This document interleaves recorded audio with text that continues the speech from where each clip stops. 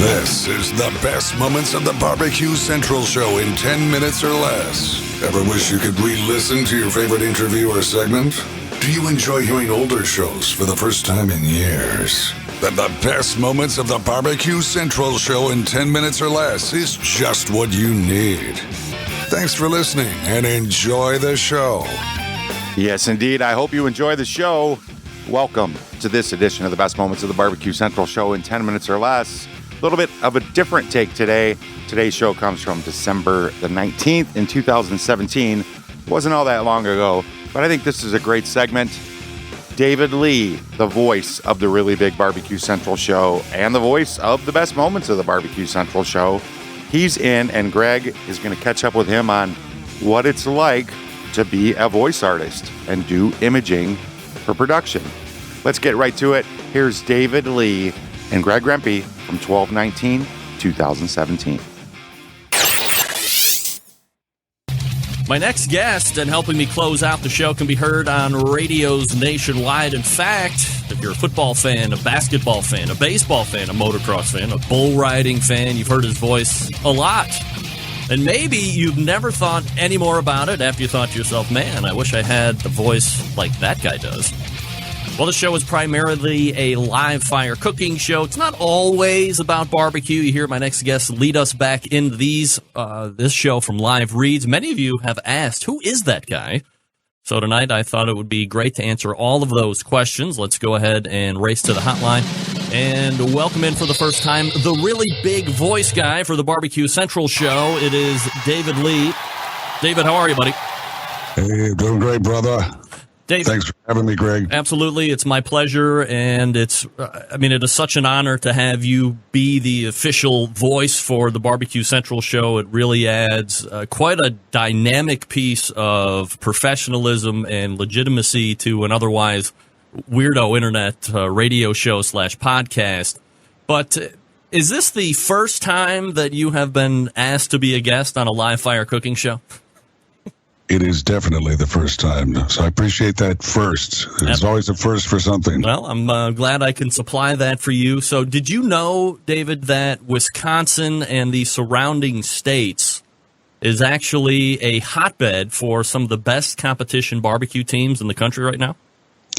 Well, it doesn't surprise me. I go to a lot of Green Bay Packer games, and the tailgates are going like crazy. It's a big tradition up there at Lambeau Field, so it doesn't surprise me, although I didn't know that. Are you a big sports fan, or because it's a Wisconsin thing, you're kind of innately a Green Bay fan?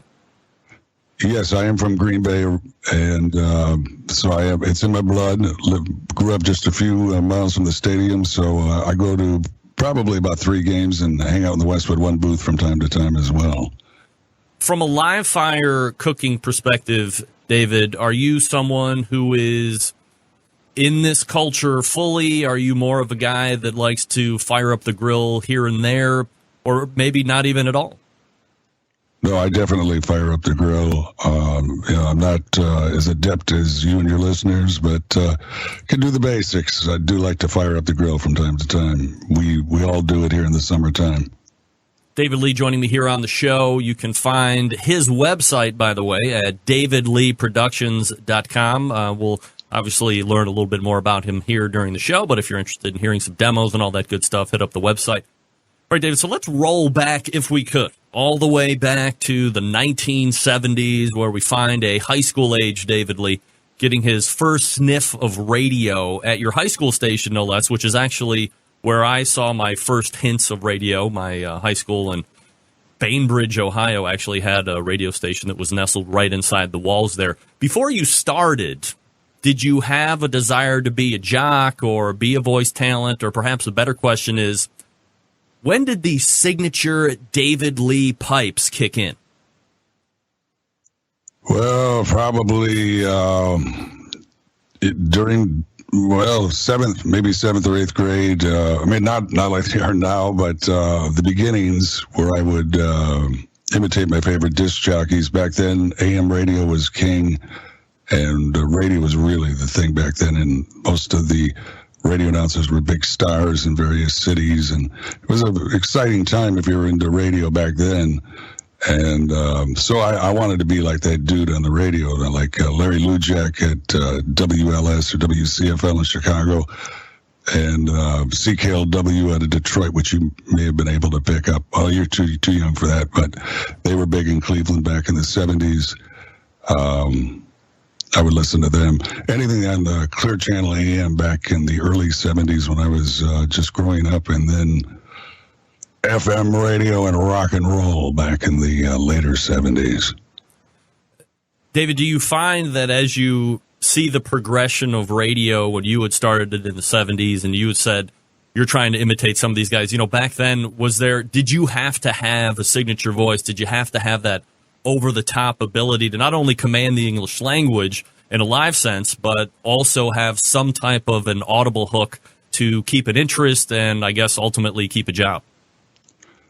I don't think you had to necessarily, but if you were going to make it in the bigger cities, you did. You had to either have an over-the-top personality or a commanding sound that sucked people into the music and what was going on at the radio station. Do you think in today's radio era you need to have that hook as well, or has it changed so much that you don't really need to have the commanding, stereotypical radio type voice to be a success? No, as a matter of fact, it's a detriment in some cases. They want a more guy off the street sound. I still hear it on like classic rock stations and some of the stations geared toward the upper demos, but you don't hear it on the younger demo stations.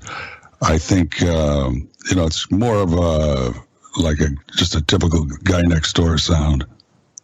Dave, you start David Lee Productions in the 80s, but you're still doing a lot of on-air type work. Back then, did you need to focus on one or the other, or did having expertise in both arenas make you more valuable to a station? It was definitely more valuable to a station back then. As a matter of fact, you had to be adept at both, unless you were just a big star that did the morning show and that was it. You had to be able to produce commercials and read copy and be what would be a voiceover talent in that era, which was more of a radio voice, but you had to be flexible to do the different pages of copy that the salespeople would give you. Do you hear, as you're talking with people about radio, or people find out who you are and start to talk to you about radio, that the death of the single-owned radio stations, or maybe an owner that had 2 or 3 radio stations, with the emergence of bigger conglomerates like a Clear Channel, for instance, have been bad for the industry, or has it been a good thing? Yeah, it's definitely homogenized things. And the music playlists are pretty much the same from city to city. Back in the day, you had a lot of a local flavor. Cleveland would have their sound. Detroit would be heavy Motown. Cities like San Antonio and Milwaukee were more blue-collar, heavy metal, hard rock. Back in the 70s, you could go from city to city and you would hear different sounds, whereas now you can travel. It's different with the big companies owning the stations. Everything is homogenized. In fact, the DJs can voice track, so you'll sometimes hear the same announcer in one city and then in several others. That's David Lee from David Lee Imaging, the big voice. Not going to lie to you. First time you hear David Lee say your name, you go, holy crap, it's impressive. I'll never forget it. And yeah, I want a Sennheiser MK416 as well, but another day. Anyway, you want to hear the rest of this show, head on over to the bbqcentralshow.com. There will be a link in the show notes that'll take you right there. Please go give the rest of it a listen. While you're there, make sure you subscribe to the Barbecue Central Show via podcast, or subscribe to the Barbecue Central Show newsletter. Either way, subscribe to something for us, please. Help hook a brother up. Okay, until next time on the best moments of the Barbecue Central Show in 10 minutes or less, I am your host, John Solberg, and I look forward to talking to you again soon.